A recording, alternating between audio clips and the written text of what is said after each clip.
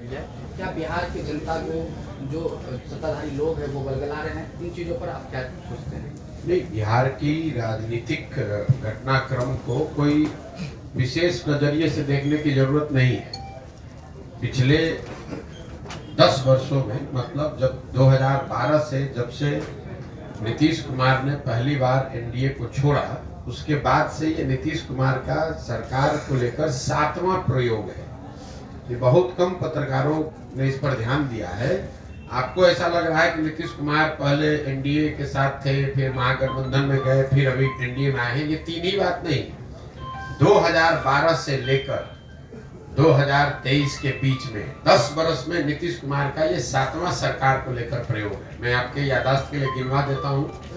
2012-13 में नीतीश कुमार ने जब प्रधानमंत्री के तौर पर नरेंद्र मोदी का चेहरा घोषित किया गया, उस समय एनडीए की सरकार चल रही थी, तो नीतीश कुमार ने उस गठबंधन को तोड़ा और माइनॉरिटी की सरकार चलाई। वो पहला प्रयोग था। दूसरा, जब लोकसभा चुनाव में 2014 में चुनाव उनका दल हार गया, उन्होंने पद को छोड़कर मांझी जी को बना दिया, पीछे से सरकार चलाने की कोशिश की। वो दूसरा प्रयोग हुआ। फिर 8 महीने के बाद मांझी जी को हटाकर खुद मुख्यमंत्री फरवरी 2015 में बने, वो तीसरा प्रयोग हुआ। फिर नवंबर 2015 में महागठबंधन के साथ सरकार बनाए, ये चौथा प्रयोग था। फिर 2017 में महागठबंधन को छोड़कर भाजपा के साथ गए, वो 5वां प्रयोग हुआ। फिर महागठबंधन को फिर भाजपा को छोड़कर महागठबंधन में पिछले 2021 अगस्त में भागे, वो 6वां प्रयोग है। और अभी फिर वापस से भाजपा में गए हैं, ये 7वां प्रयोग है। ये आपके ध्यान में इसलिए दे रहा हूं कि लोगों को ऐसा लगता है कि भाई यही नीतीश कुमार हैं, पहले तो सरकार ठीक ही चला रहे थे, लोग इनको सुशासन बाबू समझते थे। नीतीश कुमार वही हैं, लेकिन ये जो राजनीतिक अस्थिरता का माहौल शुरू हुआ है, 10 वर्ष में 7वीं सरकार है। आपके हमारे लिए खबर ये है कि मुख्यमंत्री आरजेडी के साथ हैं कि भाजपा के साथ हैं, लेकिन आप इसको समझिए, जब सरकार का मुखिया बदलता है तो सारी नीतियां भी बदलती हैं, सारे अफसर भी बदलते हैं, पूरी सरकार की प्राथमिकता भी बदलती है। और उसका खामियाजा ये होता है कि जब तक नई व्यवस्था नीचे सेटल हुई, तब तक नीतीश कुमार नया प्रयोग कर दिए। तो इनके बार बार ये पलटने से बिहार की जनता का कितना नुकसान हो रहा है, इसका आपको अंदाजा नहीं है। 2015 में 7 निश्चय के आधार पर महागठबंधन को वोट पड़ा, 7 निश्चय के कार्यक्रम शुरू किए गए, बिहार विकास मिशन बनाया गया। 2 वर्ष में जब तक वो कार्यक्रम जमीन पर उतरता है, तब तक वो भाजपा में चले गए, तो 7 निश्चय हाशिए पर चला गया। भाजपा के साथ मिलकर जिन नीतियों पर आगे बढ़े, जब तक वो चीज जमीन पर उतरे, तब तक फिर भाग के महागठबंधन में चले गए। इस वजह से बिहार की जनता का, यहाँ के प्रशासन, यहाँ के लोगों का बहुत बड़ा नुकसान पिछले 10 वर्ष में हो रहा है। और इसके साथ साथ राजनीतिक तौर पर नीतीश कुमार की जो भद पीट रही है, वो तो पीट ही रही है, लेकिन नीतीश कुमार ऐसा कर पा रहे हैं, इसके लिए सबसे बड़े दोषी 2 सहायक दल हैं, जो उसका नाम भाजपा और आरजेडी है। अगर नीतीश कुमार 7 बार पलटे हैं, तो 3 बार इसमें भाजपा भी पलटी है, 3 बार आरजेडी भी पलटा है। भाई नीतीश कुमार ने तो कहा कि मैं अब भाजपा में नहीं जाऊंगा, लेकिन साथ साथ भाजपा के नेता अमित शाह ने भी कहा, आज से 2-4 महीना पहले बिहार में आकर मंच से खड़े होकर कहा कि भाई नीतीश, बिहार की जनता, एक लोग आप सुन लीजिए, मैं अमित शाह ये बोल रहा हूं कि नीतीश कुमार के लिए भाजपा का दरवाजा हमेशा के लिए बंद है। वही नीतीश कुमार आज वही अमित शाह भाजपा नीतीश कुमार को आज मुख्यमंत्री बना रही है।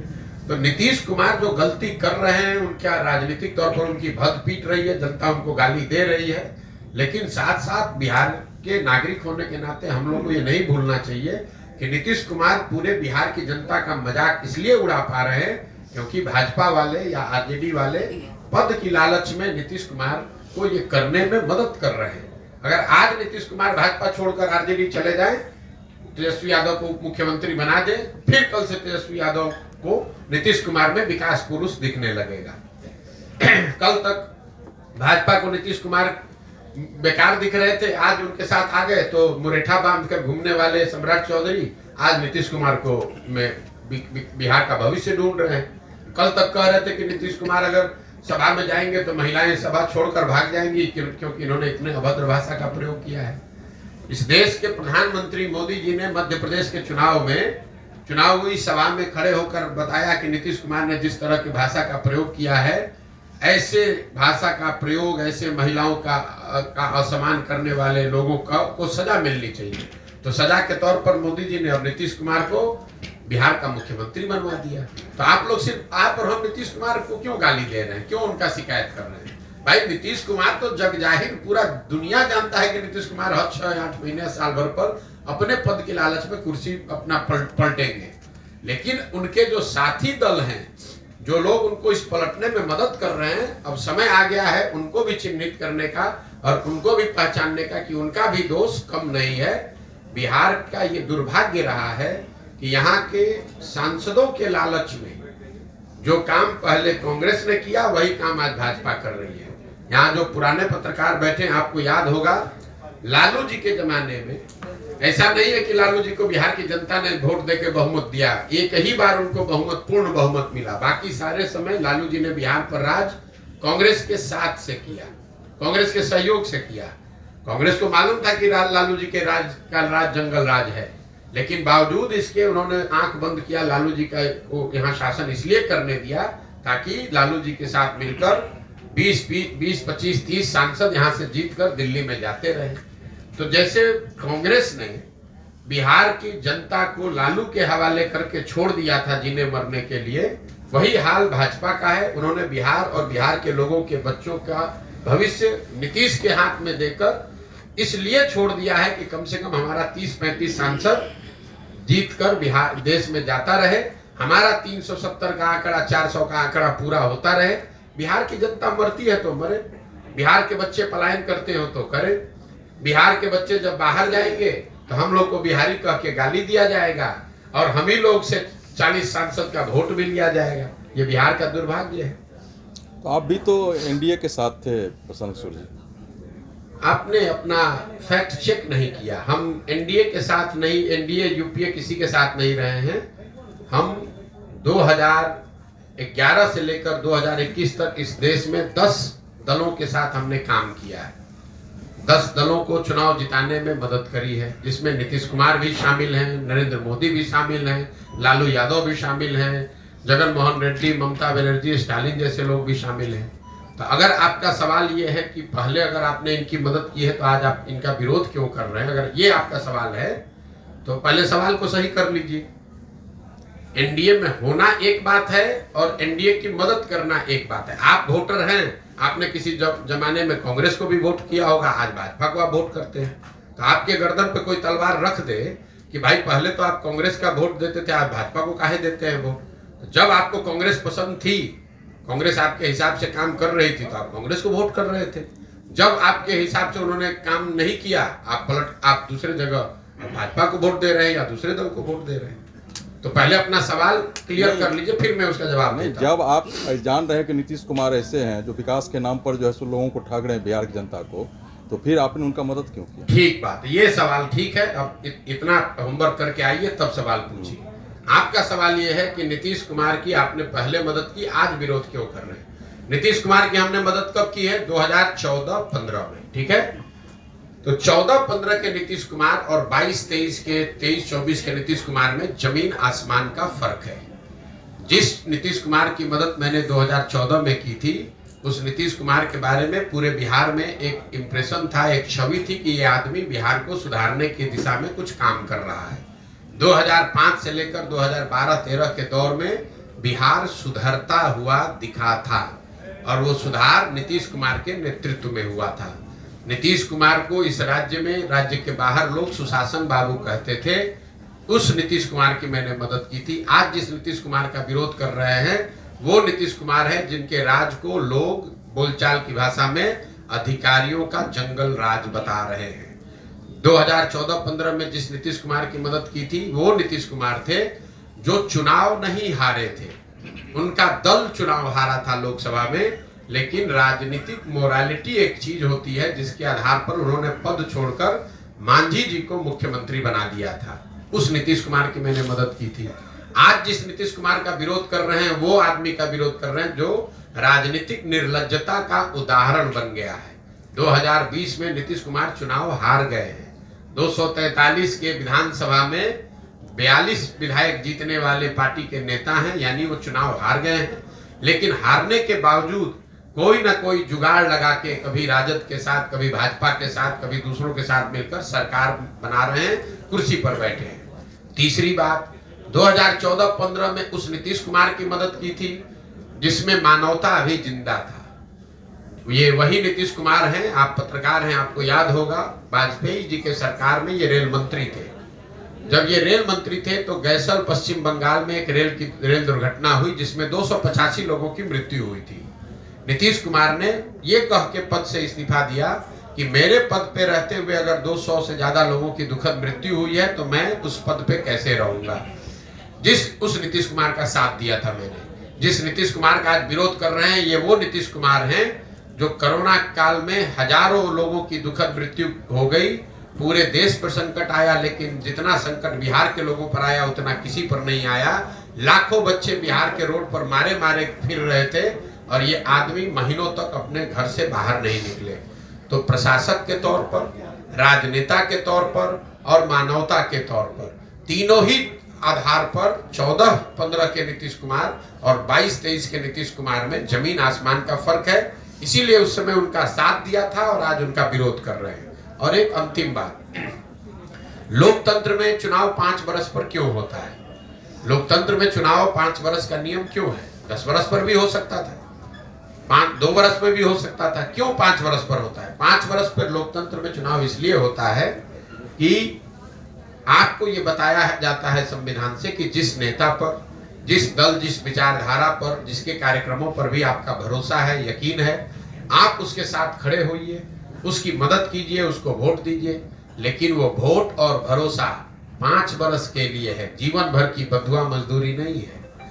अगर आपकी बात हम मान लें तो वोटर होने के नाते आपने एक बार मोदी जी को वोट दे दिया, अब मोदी जी काम करे या न करे, जीवन भर उन्हीं को अगर आप वोट देते रहेंगे, उनके काम का समीक्षा आकलन करके अपना निर्णय नहीं बदलेंगे, तब तो आप और हम देश में लोकतंत्र ही खत्म कर देंगे।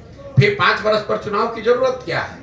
एक बार आपने लालू जी को वोट दे दिया, एक बार नीतीश जी को वोट दे दिया, एक बार मोदी जी को वोट दे दिया, आप जीवन भर उन्हीं को राज करने दीजिए। तो आप लोकतंत्र को खत्म ना करें।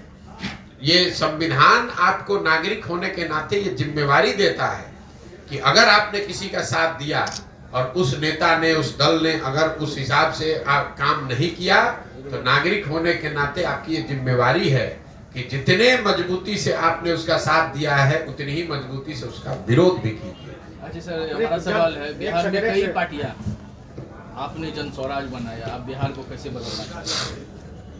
पहले बात तो जब मैं फिर वही बात कहूंगा, आप लोग पत्रकार हैं, थोड़ा सा रिसर्च करके थोड़ा पढ़ के आइए। हमने कोई पार्टी नहीं बनाई है, जन स्वराज पार्टी नहीं है, जन स्वराज अभियान है। अभियान है एक नई पार्टी बनाने का। इसके 3 उद्देश्यों में एक उद्देश्य है बिहार में एक नया दल बनाना। क्यों? इसकी क्यों जरूरत है? इसलिए नहीं कि प्रशांत किशोर चाहते हैं कि एक दल बने, इसलिए कि बिहार के में जब 2 वर्ष पहले एक अध्ययन किया गया तो यहाँ 55% बिहार के लोगों ने cutting across cast and religion caste and class, सभी वर्गों के, सभी संप्रदायों के, सभी जातियों को अगर मिला दें तो 55% लोगों ने कहा कि बिहार में सुधार के लिए एक नए दल, नए विकल्प की जरूरत है। इसका मतलब ये नहीं है कि वो सब लोग कह रहे हैं कि जन स्वराज की जरूरत है, लेकिन एक नए दल, एक नए विकल्प की जरूरत है, ऐसा 55% बिहार के लोगों ने कहा है। तो जन स्वराज अभियान उसी से जुड़ा हुआ है कि अगर आधे से ज्यादा बिहार की जनता अपने बेहतर भविष्य के लिए नया दल बनाना चाहती है तो जन स्वराज वो अभियान है जिससे कि हम लोग गांव-गांव जाकर लोगों को बता रहे हैं कि अगर आप नया दल, नया विकल्प बनाना चाहते हैं तो आप आइए, आप व्यवस्था की, संसाधन की, जाति की चिंता मत कीजिए, आप साथ में आइए। अगर आप ईमानदार व्यक्ति हैं, आप में जज्बा है, आप बिहार को सुधारना चाहते हैं तो आप साथ में आइए, नया दल बनाइए। प्रशांत किशोर और जन स्वराज आपकी मदद करेंगे। आप में से कई साथियों को ऐसा लगता है कि अरे भाई तो पहले दूसरे दलों को के लिए काम करते थे, अब आके बिहार में घूम रहे हैं। दोनों में कोई फर्क नहीं है। पहले हम यही काम दल और नेताओं के लिए करते थे, नेताओं को और दलों को बताते थे किस तरह से संगठन को मजबूत करो, कैसे साथ में आओ, कैसे बूथ कमेटी बनाओ, कैसे जनता के बीच प्रचार करो, कैसे चुनाव लड़ो, और उनको जिताने में मदद करते थे। काम वही कर रहे हैं। अब दल और नेता के बजाय जनता को, बिहार की समाज को समझा रहे हैं कि कैसे आप एक साथ आकर दल बना सकते हैं, किसी भी समीकरण की चिंता किए बगैर उनको चुनाव जीत कर आ सकते हैं, और किस तरह का आपको संवाद करना चाहिए, कैसा प्रयास करना चाहिए। हमारी भूमिका कुम्हार की है। ये कोई दल नहीं है, दल के हम नेता नहीं है, ये अभियान है। और जैसे कुम्हार अच्छी मिट्टी और चाक से घड़ा बनाता है, वैसे गांव-गांव घूमकर इस अभियान के माध्यम से मैं ऐसे लोगों को ढूंढ कर निकाल रहा हूं जो लोग नया दल बनाना चाहते हैं। उनको हम मदद करेंगे ताकि वो सब लोग मिलकर दल बनाए। जब सब लोग मिलकर दल बनाएगा तो उनको हमारी मदद से वो चुनाव भी लड़ेंगे, और ऊपर वाले ने चाहा, बिहार की जनता का आशीर्वाद रहा तो वो जीत कर भी आएंगे। सर, लोकसभा चुनाव में भी आप इस सीट से चुनाव लड़ेंगे? जब दल ही नहीं है तो लोकसभा का चुनाव कैसे लड़ेंगे, आप हमको बता दीजिए। दल होगा सर। मेरे भाई, जो भी राजनीतिक क्षेत्र में यहाँ है, बिल्कुल मैं आ रहा हूँ उस पर। आप लोग जो नेता लोग कहते हैं, कम से कम उस बात को ध्यान से सुनिए और उसी पर सवाल कीजिए। जब ये अभियान शुरू हुआ तो हमने कहा कि पूरे बिहार में पदयात्रा करने के बाद ही ये निर्णय लिया जाएगा कि दल कब और कैसे बनना है, लेकिन कब कैसे बनना है, दल का नाम, संविधान क्या हो, उसकी प्राथमिकता क्या हो, उसके नेता कौन हो, इस पर निर्णय पदयात्रा के बाद लिया जाएगा। अभी तक पिछले 17 महीनों में मैं आधा बिहार पैदल चल पाया। 120 विधानसभा क्षेत्रों तक हम लोग पैदल चल के गए, आधा बिहार बाकी है। तो दल जब एक बार जनता को कह दिया कि पदयात्रा करने के बाद ही बनाऊंगा, तो बीच में बनाने का मतलब तो है नहीं। अब कल होके कोई चुनाव आ जाएगा तो दल बना लेंगे, तो फिर लोग कहेंगे देखिए इनको तो चुनाव लड़ना था इसलिए पदयात्रा कर रहे हैं। लोकसभा से पहले कोई दल है नहीं, इसलिए लोकसभा में जन सुराज पार्टी की ओर से कोई चुनाव नहीं लड़ा जाएगा। आपने कहा कि एक निर्दलीय चुनाव लड़ा था जिसकी मदद जन सुराज ने की थी एमएलसी के तौर पर, और चुनाव जीते भी थे, वो ठीक बात है। अगर बिहार में ऐसी परिस्थिति बनती है जहां जन सुराज की सोच से, इस परिकल्पना से जुड़े हुए लोग किसी लोकसभा क्षेत्र में, जिले में ये तय करते हैं कि नहीं भैया हम लोग के पास चुनाव, हम लोग को चुनाव लड़ना है, कोई ऐसा व्यक्ति मिलता है जिसके लिए समाज कह रहा हो कि नहीं भैया ये बहुत अच्छे आदमी है, इनको सांसद के तौर पर जिताकर भेजा जाए, तो वो निर्दलीय के तौर पर चुनाव लड़ सकते हैं, जन सुराज उनकी मदद कर सकता है। मेरा लक्ष्य कोई एक एमपी सीट जीतना नहीं है। शिक्षकों का एमएलसी चुनाव क्यों लड़ा गया? इसलिए लड़ा, क्योंकि चुनाव तो समय 8-10 जगह हुआ, एक शिक्षक का चुनाव क्यों लड़ा गया? इसलिए लड़ा गया कि लोगों ने ये कहा कि अगर आप जन सुराज से शिक्षा की बात कर रहे हैं, शिक्षा पर ही आपका फोकस है, तो शिक्षकों के एमएलसी का चुनाव जरूर हम लोग को लड़ना चाहिए, क्योंकि उसमें वोटर सिर्फ शिक्षक है। उनकी बात मानी गई, और जिन जिलों में उस समय पदयात्रा हुई थी वहां पर शिक्षकों के एमएलसी के चुनाव के लड़ा गया एक निर्दलीय के तौर पर, हम लोग जीत कर भी आए। तो आगे अगर लोकसभा चुनाव से पहले जन सुराज की सोच से, परिकल्पना से जुड़े हुए साथियों ने अगर ये तय किया कि हमें लोकसभा चुनाव किसी क्षेत्र में लड़ना है, उस तरह का कोई बेहतर व्यक्तित्व मिले जिसको कि चुनाव लड़ाने से समाज का भला हो सकता है, तो जन सुराज अपने संसाधन व्यवस्था से, अपने खर्चे से, अपनी ताकत से उसको चुनाव लड़ाएगा। लेकिन वो चुनाव, वो व्यक्ति को, उस व्यक्ति को निर्दलीय लड़ना पड़ेगा, क्योंकि अभी जन सुराज दल है नहीं। जब दल बन जाएगा तो उसके बाद जो भी चुनाव होगा, चाहे मुखिया का चुनाव हो कि लोकसभा हो कि विधानसभा हो, सारा चुनाव लड़ा जाएगा। कोई टारगेट तो सर आपका होगा, आखिर आपका दल का गठन कब होगा आगामी विधानसभा? कोई ऐसा टारगेट नहीं, इसलिए नहीं है कि इस पूरी पदयात्रा में कोई दिन और किलोमीटर निश्चित नहीं है। जब मैंने घोषणा की थी तो मेरा अनुमान था कि 1.5 बरस में हम पूरा बिहार पैदल चल देंगे। करीब 1.5 बरस होने को आ गया, हम आधा बिहार ही कर पाए हैं। लेकिन मेरे लिए जरूरी नहीं है कि जल्दी से पदयात्रा पूरी करें और दल बना दें। पदयात्रा के जो उद्देश्य हैं, बिहार को जमीन पर जाकर समझना, उन लोगों को ढूंढ कर निकालना जिसको समाज सही आदमी समझता है, उसमें जितना मैं सोच कर चला था उससे ज्यादा समय लग रहा है। लेकिन मैं करने के लिए वो कृत संकल्पित हूँ, चाहे उसमें 2 बरस लगे कि 6 बरस लगे, करेंगे वैसे ही करेंगे, इसको पूरी ईमानदारी और शुद्धता से। आप देख रहे हैं कि पिछले 1.5-2 बरस से, जब से मैंने पदयात्रा शुरू की है, तो मैं कोई घर नहीं जाता हूँ, छुट्टी नहीं लेता हूँ। अगर सहरसा में भी आया हूँ तो कैंप में ही रहूंगा, कैंप में ही लोगों से मिलूंगा और शुद्धता से, ईमानदारी से इसको करने का प्रयास कर रहे हैं।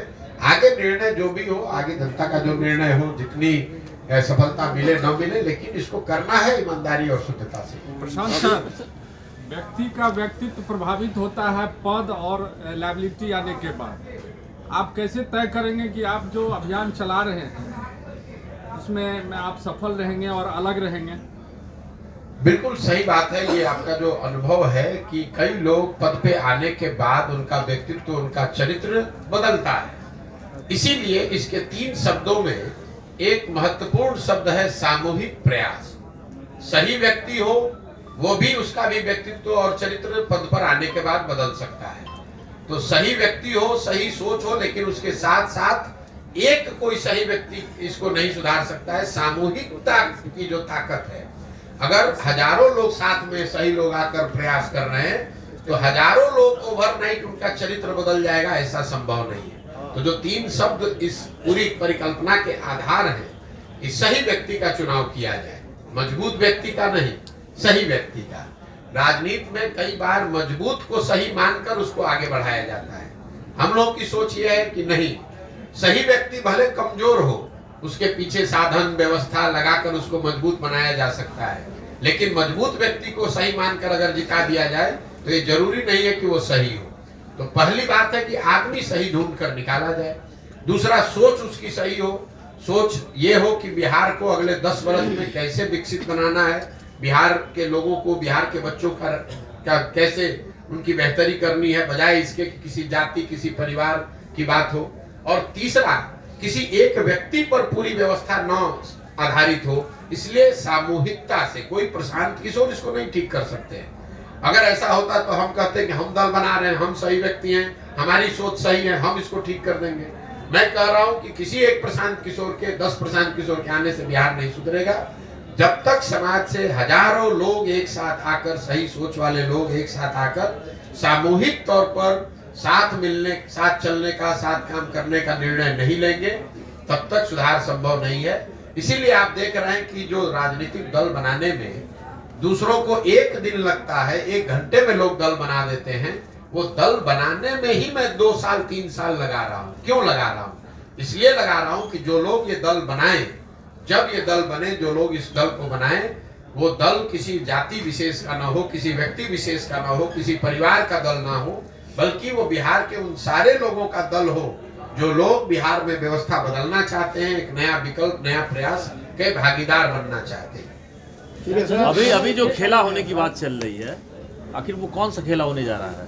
मेरे भाई देखिए, कोई भी खेला हो, आप मुझे बताइए, यहाँ पर 2012 के बाद, अभी मैंने आपको गिनवाया, ये 6वां 7वां सरकार का प्रयास है। क्या फर्क पड़ गया? चाहे केंद्र में यूपीए की सरकार हो या केंद्र में अभी मोदी जी की सरकार है, बिहार में चाहे नीतीश कुमार महागठबंधन के साथ रहे, अकेले रहे या भाजपा के साथ रहे, बिहार में बच्चों के पढ़ाई की व्यवस्था तो हुई नहीं, बिहार में चीनी मिल तो चालू हुए नहीं, बिहार में लोगों को रोजगार मिला नहीं, पलायन थमा नहीं। तो किसी की भी सरकार बन जाए, किसी भी फॉर्मेशन में आ जाए, किसी तरह का खेला हो जाए, यहाँ परिवर्तन आने वाला नहीं है। खेला तो तब होगा जब जनता खड़ा होकर, जितने खेला करने वाले लोग हैं, सबको झाड़ू मार कर बाहर जब करेगी, तब असली खेला होगा।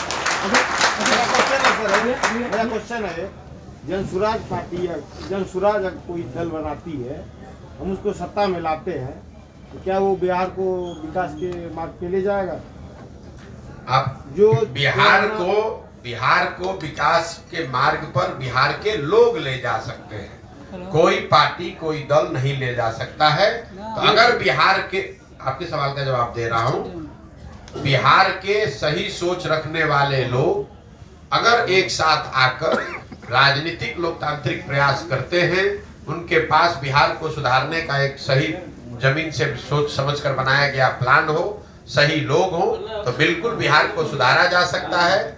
अगले 10 वर्ष में बिहार को देश के 10 अग्रणी राज्यों की श्रेणी में खड़ा किया जा सकता है। क्वेश्चन ये है, बिहार में विधायक जीत के जाता है, चाहे आपका दल हो, वो विधायक यहाँ से जीत के जाएगा, हम लोग जिताएंगे, नया पार्टी को जिताएंगे, क्योंकि सब पार्टी को दिए एक बार मौका, कोई बिहार को आज तक विशेष राज्य का दर्जा तक नहीं दिलवा पाया। यहाँ तक कि जो भी पुराना चीनी मिल था, पेपर मिल था, वो बंद करवा दिया गया। हम नया दर्ज चाहते हैं, लेकिन पर विधायक जो जीत के जाता है, वो विधायक जीतने के मेरे बाद भाई ऐसा है, हमसे घूस लेने का, सुनिए ना भाई, कोई भी काम करने पे घूस अरे लेता सुनिए ना भाई, आप इतने सीधे आप और हम भी नहीं हैं कि आप इतना इनोसेंटली कह रहे हैं कि हम लोग जिता रहे हैं और विधायक घूस ले रहा है। जब आप विधायक चुन रहे हैं तो एक बार आपको विधायक बेवकूफ बना दिया, 2 बार विधायक बेवकूफ बना दिया, तो पिछले 50 वर्ष से आपको कैसे बेवकूफ बना रहा है? जहां पर लोग एक, सुनिए, आपने सवाल पूछा, सवाल जवाब सुन लीजिए। आप कह रहे हैं कि यहाँ पेपर मिल बंद है, पेपर मिल आपके यहाँ बंद है। पेपर मिल आज से तो बंद है नहीं, 50 साल से बंद है। उसके बाद भी वही सांसद, वही व्यक्ति, वही दल, वही व्यक्ति बार बार कैसे जीत कर आ रहा है? क्योंकि हमारे पास ऑप्शन नहीं है। बस ठीक है, तो ऑप्शन नहीं है तो वही नया विकल्प, नया ऑप्शन बनाने का प्रयास है, ताकि आपको मजबूरी में गलत लोगों को वोट न देना पड़े। आपको विधायक बेवकूफ नहीं बना रहा है, आप और हम या तो खुद से बेवकूफ बन रहे, जात के नाम पे, धर्म के नाम पर 500 रुपया के लालच में, या फिर मजबूरी में हमें बेवकूफ बनना पड़ रहा है। नहीं, अभी हमको ऑप्शन मिला है, एक नया ऑप्शन मिला है। बिहार में पूर्ण शराबबंदी कानून लागू है, कितना सफल है ये, इसको किस मैं उन लोगों में से, कुछ लोगों में से हूँ जो राजनीतिक सामाजिक तौर पर पहले दिन से कह रहे हैं कि हम बिल्कुल शराबबंदी के विरोध में हैं। हमारा बस चले तो 48 घंटे में शराबबंदी को यहाँ से हटा देंगे। क्यों? इसके 3 वजह है। शराबबंदी के जरिए आज तक दुनिया में, सिर्फ बिहार और भारत में नहीं, पूरे दुनिया में कहीं इस बात का प्रमाण नहीं है कि शराबबंदी के जरिए किसी समाज का आर्थिक सामाजिक विकास हुआ है। इस दुनिया में कहीं ऐसा प्रमाण नहीं। अगर होता तो दुनिया में अग्रणी देश हैं जो स्कैंडिनेवियन कंट्री हैं, वेस्ट के यूरोपियन देश हैं, अमेरिकन देश हैं, उस सब जगह शराबबंदी लागू होता। उन लोगों ने लागू क्यों नहीं किया? क्योंकि इस बात का कोई प्रमाण नहीं है। दूसरी बात, लोग ये बताते हैं कि गांधी जी ऐसा चाहते थे कि शराबबंदी लागू हो। बिल्कुल ये बात सिरे से खारिज करता हूँ, गलत बात है, लोगों को भ्रम फैलाया जा रहा है। मैं पिछले 2 वर्ष से नीतीश कुमार को और उनके जो भी लोग भी शराबबंदी के पक्ष में है गांधी के नाम पर, मैंने उनको खुली चुनौती दे रखी है। अगर आप गांधी को पढ़ने का, समझने का दावा करते हैं तो मुझे एक पंक्ति गांधी जी का दिखा दीजिए, लिखा हुआ या बोला हुआ, जहां पर गांधी जी ने ये कहा कि सरकारों को शराबबंदी लागू करना चाहिए। गांधी जी ने ये नहीं कहा। गांधी जी ने शराब को लेकर, शराब न पीने को लेकर एक सामाजिक प्रयास की बात कही है कि शराब पीना बुरी बात है, नहीं पीना चाहिए, समाज को इस दिशा में प्रयास करना चाहिए। उन्होंने ये नहीं कहा कि सरकार को कानून बना देना चाहिए। इसका एक आपको उदाहरण दे रहा हूं। गांधी जी ने कहा कि सबको वेजिटेरियन होना चाहिए, अच्छी बात है, लेकिन कल होकर अगर सरकार ये कानून बना दे कि जो जो आदमी वेजिटेरियन नहीं है, शाकाहारी नहीं रहेगा, सबको जेल में डाल दिया जाएगा, क्योंकि गांधी जी ऐसा चाहते थे, ऐसा कभी हो सकता है? ये तो गांधी जी की बात, बताई हुई बात का डिस्टॉर्शन है। तीसरी बात, मान लीजिए कि एक बार को शराबबंदी आप लागू, कुछ उसका फायदा है भी, तो फायदा तो तब होगा जब आप शराबबंदी लागू कीजिएगा। जमीन पर बिहार में शराबबंदी तो लागू है नहीं। शराबबंदी के नाम पर शराब के दुकान बंद कर दिए गए, होम डिलीवरी चालू है। तो आप देख रहे हैं कि दुनिया भर में अमेज़न है, फ्लिपकार्ट है, आप घर से बैठे बैठे ऑर्डर करते हैं, सामान घर पे आ जाता है। तो मैं 2 वर्ष से कह रहा हूं कि जो बिहार में शराबबंदी है, ये नीतीश कुमार का अमेज़न फ्लिपकार्ट मॉडल है, जिसमें शराब का दुकान बंद है और होम डिलीवरी चालू है। अब इसका जरा आप नुकसान समझिए। बिहार जैसे गरीब राज्य में शराबबंदी के नाम पर जो ये फसाद खड़ा किया गया है, इसकी वजह से करीब करीब 20,000 करोड़ रुपया का हर साल का नुकसान हो रहा है बिहार की गरीब जनता का। और ये पैसा जा कहां रहा है? ये पैसा जा रहा है भ्रष्ट अफसरों के पास, शराब माफिया के पास, और यहाँ के गरीब जनता का पैसा लूटा जा रहा है। दूसरी बात, शराबबंदी होने से हर गांव में आप देखिए जितने लड़के हैं वो अवैध शराब के कारोबार में लग गए। उनके हाथ में कट्टा, उनके पास मोटरसाइकिल, 2-4 बोतल इधर से उधर किया, 2-4 हजार रुपया कमा लिया। और सबसे महत्वपूर्ण बात, इसमें जिन महिलाओं के नाम पर शराबबंदी लागू किया गया, सबसे ज्यादा प्रताड़ित इसमें महिला ही है। जब से बिहार में शराबबंदी लागू किया गया है, तब से आंकड़ों के हिसाब से, सरकारी आंकड़ों के हिसाब से करीब 6,37,000 से ज्यादा केस रजिस्टर किए गए हैं। करीब 6.5 लाख केस दर्ज किए गए। इसमें 1.25 लाख केस अभी भी चल रहा है और ये ज्यादातर केस, 2/3 से ज्यादा केस समाज के गरीब और पिछड़े समाज के लोगों पर किया गया है। वो लोग जब एक बार केस में पकड़ लिए गए शराबबंदी में, तो उनके घरों की महिलाएं, उनके बच्चे थाने में और कोर्ट में दौड़ रहे हैं और लोग जेलों में सड़ रहे हैं। जो पैसे वाला है वो शराब का धंधा कर रहा है, इससे पैसा कमा रहा है, और जो गरीब आदमी है वो शराबबंदी के नाम पर पुलिस प्रशासन उसको परेशान कर रही है, और जो गरीब घर के बच्चे हैं वो मजबूरी में अवैध शराब के कारोबार में लग रहे हैं। पहली बार बिहार में पिछले 2-4 वर्ष में हम लोग देख रहे हैं कि ये स्मैक और अलग तरह के चीजें शुरू हो गई जो शराब के नाम न मिलने की वजह से, और जहरीली शराब से जो मृत्यु हो रही है वो अलग है। हर पंचायत में आपको हर 2-4 दिन में कोई ना कोई घटना ऐसे सुनने को मिलती है। तो मुझे लगता है कि शराबबंदी का सिरे से ना इसका कोई आर्थिक आधार है, ना सामाजिक आधार है, ना प्रशासनिक आधार है, ना मौलिक नैतिक आधार है। ये बिल्कुल बिहार को और गर्त में ले जा रहा है। शराब पीना बुरी बात है, सरकार को उसको प्रमोट नहीं करना चाहिए, लेकिन ये लोगों की स्वेच्छा और स्वविवेक पर इसको छोड़ना चाहिए। आपको क्या खाना है, आपको क्या पहनना है, ये निर्णय सरकार नहीं ले सकती है, ये निर्णय लोगों का होना चाहिए। आपका काम है उसको रेगुलेट करना, आपका काम है कि उसमें कोई गलती ना करे। आप जींस पहनना चाहते हैं कि पैजामा पहनना चाहते हैं, ये निर्णय आपका होना चाहिए, सरकार का नहीं, नीतीश कुमार का नहीं। पटना में बैठ के वो तय करेंगे कि आप नाश्ता क्या कीजिएगा और खाना क्या खाइएगा। इसीलिए बिहार की ये दुर्दशा इस आदमी ने करी है। ठीक है भैया, बहुत बहुत धन्यवाद।